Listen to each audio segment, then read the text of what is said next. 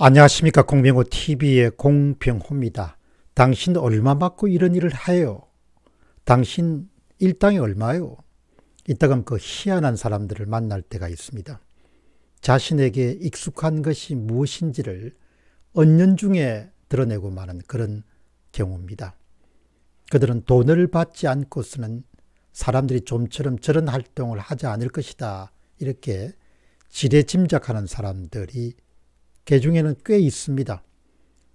제가 추측한 데는 그런 말을 자연스럽게 하는 사람들은 자신에게 익숙한 삶의 방식을 노출한 것에 해당한다, 그렇게 봅니다.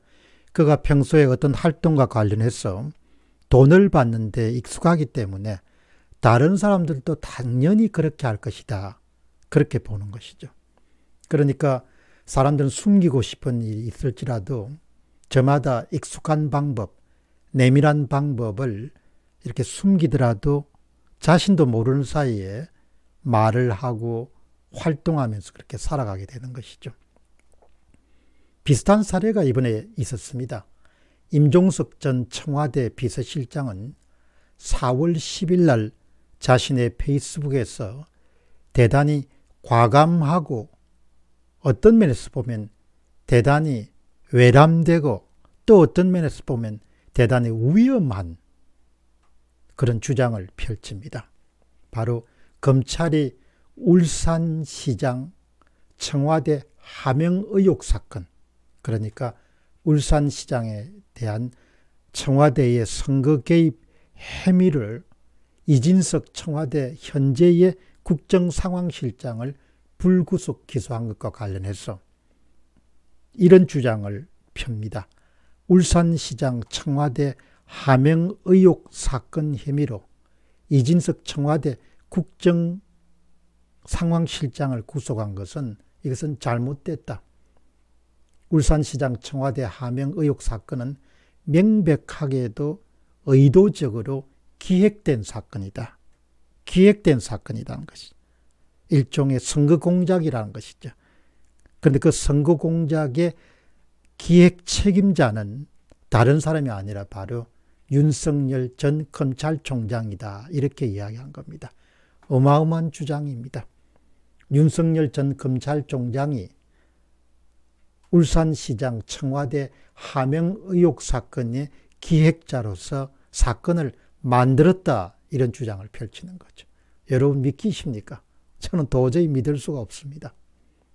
그리고 또 임종석 전 비서실장은 이런 이야기를 더 합니다. 이진석 상황실장의 기소는 부당하고 비겁한 일이다. 검찰 주장대로 청와대가 조직적으로 개입한 사건이라면 당시 일개 비서관에 불과했던 이진석 현 국정상황실장이 무슨 권한으로 그 일에 책임자일 수 있느냐, 이렇게 편 거죠. 그리고 또 이런 설명을 더 합니다. 검찰 스스로도 그 그림은 아니다 싶어 무리하게 임종석을 피의자 신분으로 소환했던 것인데, 그럼 임종석을 기소하든지 혐의를 찾지 못했다면 사건을 종결하는 것이 마땅한 순리이다. 그러니까 당시에 가장 대통령 바로 밑에 임종석 전 비서실장이 있었기 때문에 그 바로 밑에 있는 이진석 씨를 불구속 기소할 것이 아니라 자기를 불구속 기소하든지 구속 기소해야 되지, 어떻게 자신들은 다 무혐의를 처리하고 이진석 씨를 그렇게 불구속 기소를 할 수 있느냐. 그렇기 때문에 이 사건이 명백하게 윤석열 전 검찰총장이 주도한 기획된 선거 공작이다, 이렇게 이제 몰고 가는 겁니다. 이미 여러분께서는 보도를 통해서 잘 알고 있는 바와 같이 4월 9일 날 서울중앙지검이 청와대의 울산시장 그런 선거 공작 혐의로 기소되었던 임종석 전 비서실장, 조국 전 민정수석, 이광철 민정비서관을 모두 무혐의 결정을 내린 바가 있습니다. 임종석 전 비서실장은 윤석열 전 검찰총장이 울산시장 사건을 기획했고 이렇게 했던 것이 참 문제다. 위선을 모두 무혐의 처리하였기 때문에 이례적으로 가장 아래선에 있는 이진석 씨를 무죄 처리함에도 불구하고 검찰이 무리하게 이 불구속 기소를 하고 있다. 이렇게 주장하는 겁니다. 이제 이런 주장을 보면서 제가 이제 드는 생각은 관찰자 입장에서 보면은 4월 9일 날 임종석 씨, 조국 씨, 이광철 씨를 모두 다 서울중앙지검이 무혐의 처리한 것을 보면서 참 어떻게 저렇게 처리할까 이렇게 이제 궁금함을 갖고 있었는데 오히려 거기서 한 발자국 더 나가가지고 이제 임종석 씨는 윤석열 전 검찰총장이 문제가 있지 자기들이 전혀 문제가 있는 것은 아니다. 이렇게 주장하고 있는 것이죠. 윤석열 전 검찰총장이 검찰총장으로 재직한 기간 동안에 대부분 권력과 직접 간접으로 연결된 사건들은 대부분 마지막까지 미적거리다가 결국 개입하지 않을 수 없는, 수사하지 않을 수 없는 경우가 대부분이었습니다. 그러니까 윤 전 검찰총장이 자발적으로 권력과 관련된 그런 사건을 주도했던 경우는 제 기억에는 거의 없습니다. 그러니까 윤석열 전 검찰총장도 울산시장 선거와 관련된 그런 사건 경우도 마지막까지 미적거리다가 하도 언론들이 파고들면서 매일매일 새로운 그런 사실들이 밝혀지니까 어찌할 수 없어가지고 그냥 수사에 끌려들지 않을 수 없었던 그런 사건 가운데 하나가 바로 이 울산시장 지방선거 청와대 하명 의혹 사건인 것이죠. 단시 윤석열 전 검찰총장의 입장에서는 언론이 조금만 사건의 실체적 진실을 파헤치는 그런 움직임을 더디했으면 절대로 청와대 실세들과 관련된 사건에 개입하지 않았을 겁니다. 그리고 그 사건은 어마어마한 사건이지 않습니까? 제대로 파헤치면은 공소장에 대통령 이름이 수없이 나오지 않습니까? 그리고 그 작전으로 인해 가장 큰 혜택을 보는 사람이 대통령의 상당한 친분 관계에 있는 송철호 울산시장이었고, 그러니까 감히 이 사건에 손을 댈 수 없는 거죠.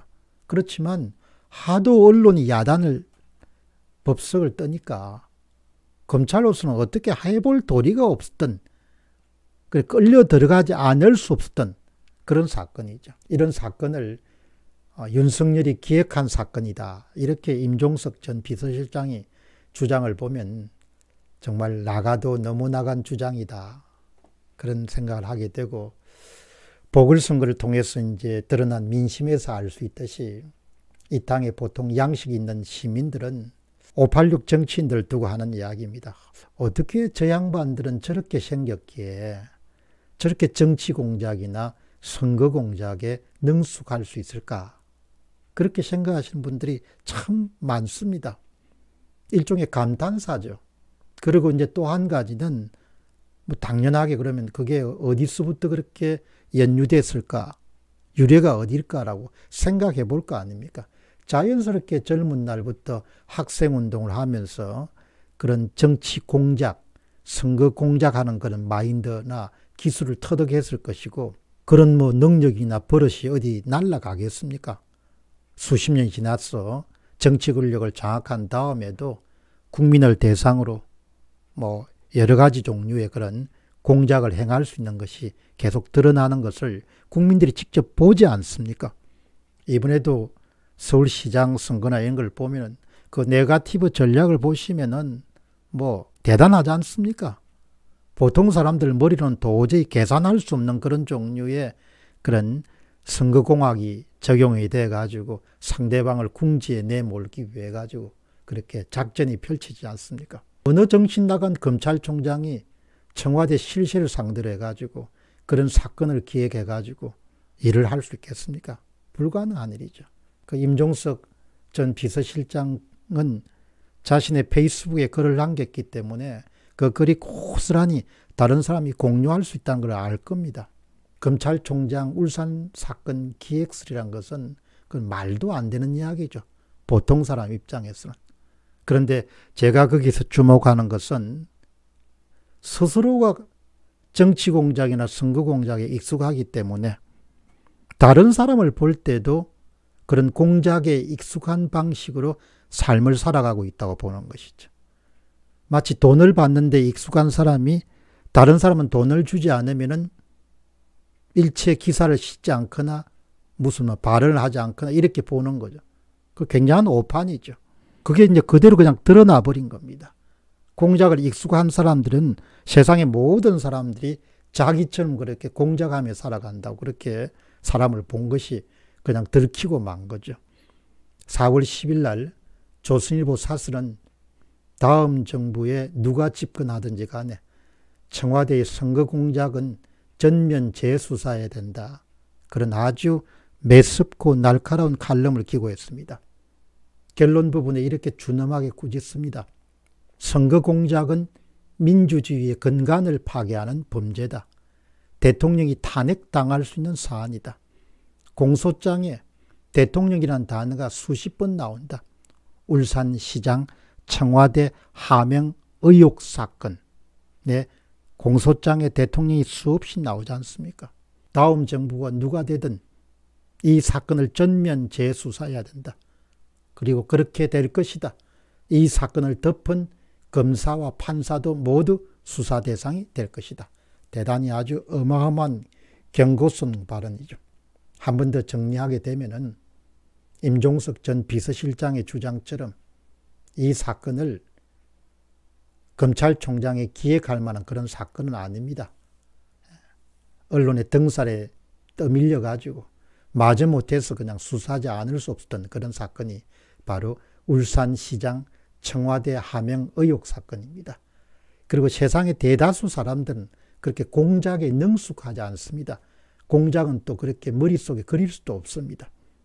그런 부분을 잘 알고 앞으로는 이런 공식이든 비공식이든 간에 정치 공작, 이런 공작이라는 용어를 잘 안 쓰는 게 본인한테 더 도움이 되지 않겠느냐. 자신이 그런데 익숙하고 자신이 그렇게 잘한다고 해서 다른 사람들도 똑같이 자신처럼 그렇게 살아간다. 그렇게 가정하는 것은 착오라는 것이죠.